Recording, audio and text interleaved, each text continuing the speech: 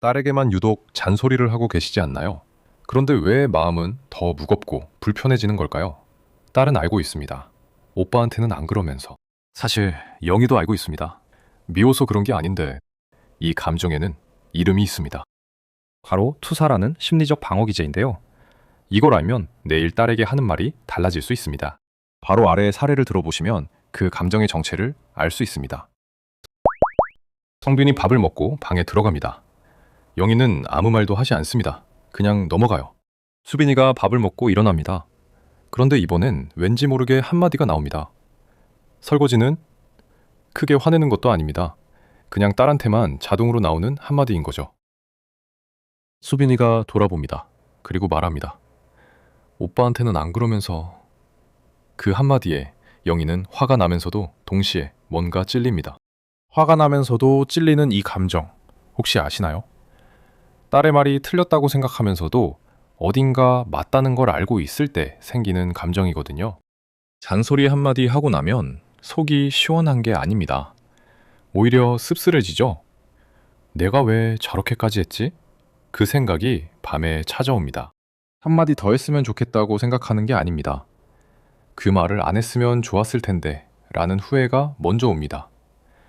그런데 내일 또 똑같은 상황이 오면 또 같은 말이 나와요. 이런 경험, 영희만의 이야기가 아닙니다. 성빈한테는 대충 넘어가면서 딸한테만 기준이 높아지는 엄마들, 그리고 그 뒤에 찾아오는 묘한 자책감. 이건 생각보다 많은 엄마들이 겪고 있는 심리입니다.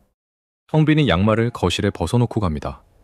영희는 봅니다. 하지만 아무 말도 안 해요. 그냥 넘어갑니다. 그런데 수빈이가 공부를 멈추고 스마트폰을 꺼내는 순간 영희의 입에서 말이 나옵니다. 공부 안 해? 같은 상황인데 기준이 다른 겁니다. 수빈이는 느끼고 있습니다. 같은 집에 살면서 다른 규칙이 적용되고 있다는 걸요. 오빠는 괜찮고 자기는 안 되는 것들이 있다는 걸요. 이 감정에 이름이 있습니다. 심리학에서는 이걸 아주 정확하게 설명하거든요. 자, 이제부터 그 이름을 하나씩 살펴보겠습니다. 성빈을 볼 때 영희는 편안합니다. 성빈은 어딘가 자기와 다른 존재로 느껴지거든요. 남자니까 자기와는 다른 세계에 사는 사람이라고 무의식적으로 분류하는 거죠. 하지만 딸을 볼 때는 다릅니다. 수빈이는 나와 같은 존재로 느껴집니다. 같은 여자이고 같은 길을 걸을 거라고 무의식적으로 생각하게 되거든요. 그리고 바로 여기서 문제가 시작됩니다. 심리학에서는 이걸 투사라고 부릅니다. 내 안에 있는 감정, 내가 싫어하는 내 모습, 내가 못 이룬 것들, 그것들을 나와 비슷한 대상에게 비추어 보는 현상이거든요. 이 개념, 프로이트가 처음 이름 붙였습니다. 자기 안의 불편한 감정을 나와 가까운 사람에게 비추어 본다는 거죠. 성빈은 거울에 비춰도 나와 다른 모습이 나옵니다. 그래서 관대해질 수 있어요. 하지만 딸은 거울에 비추면 젊은 나 자신이 보이는 것 같거든요. 그 거울이 편할 리가 없죠. 수빈이가 눈치 안 보고 당당하게 자기 의견을 말하는 모습. 객관적으로 보면 좋은 겁니다. 건강한 거예요.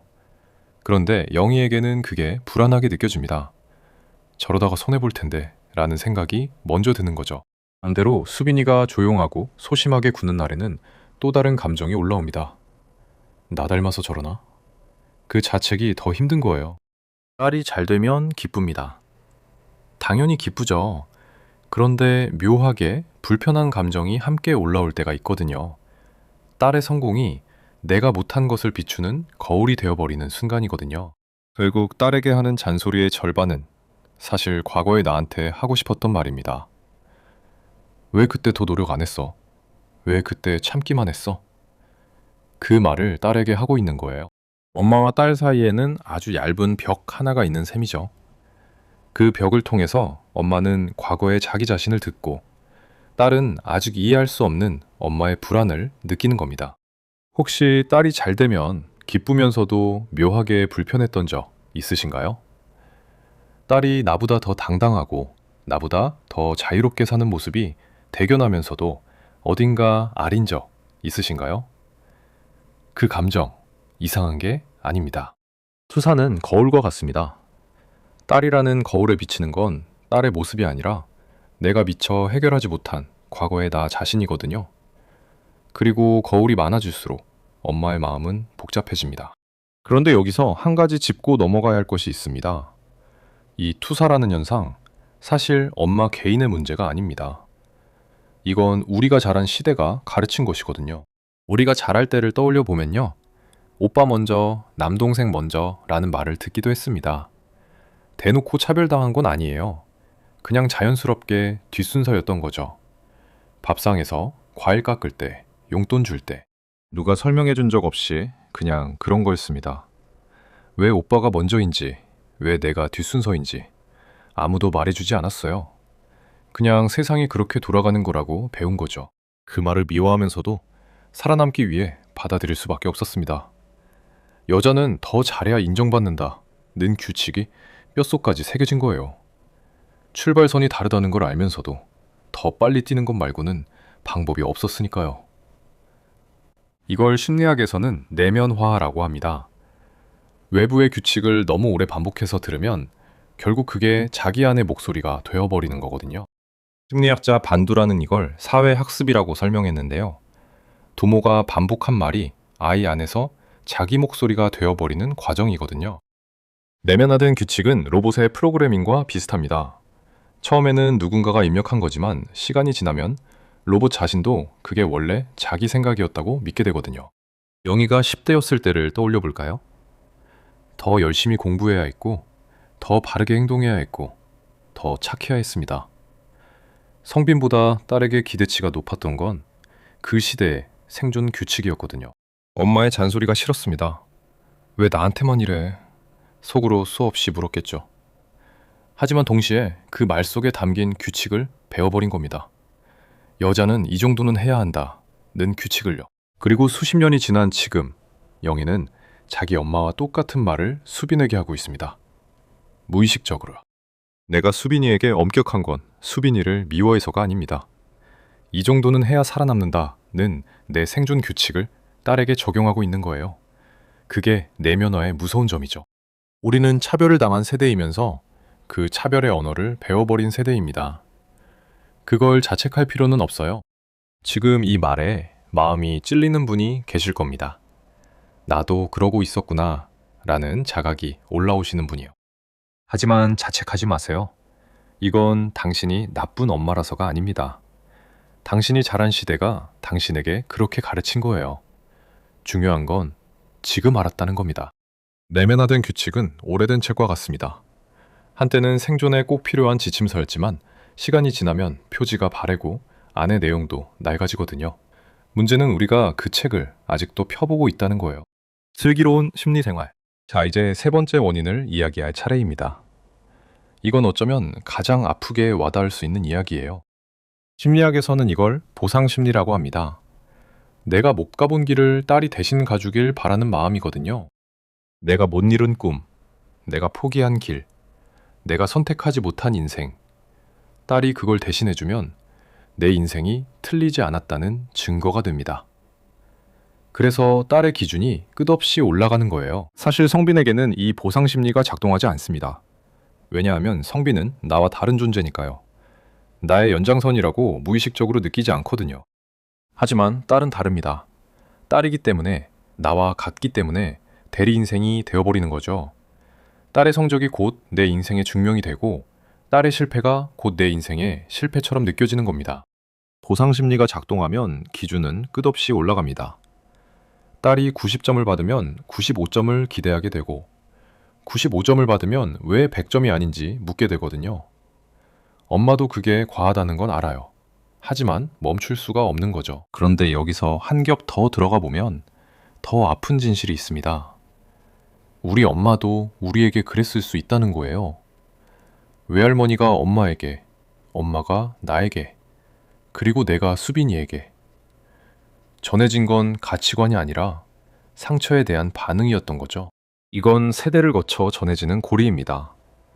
외할머니에서 엄마로, 엄마에서 나로, 그리고 나에서 수빈이로.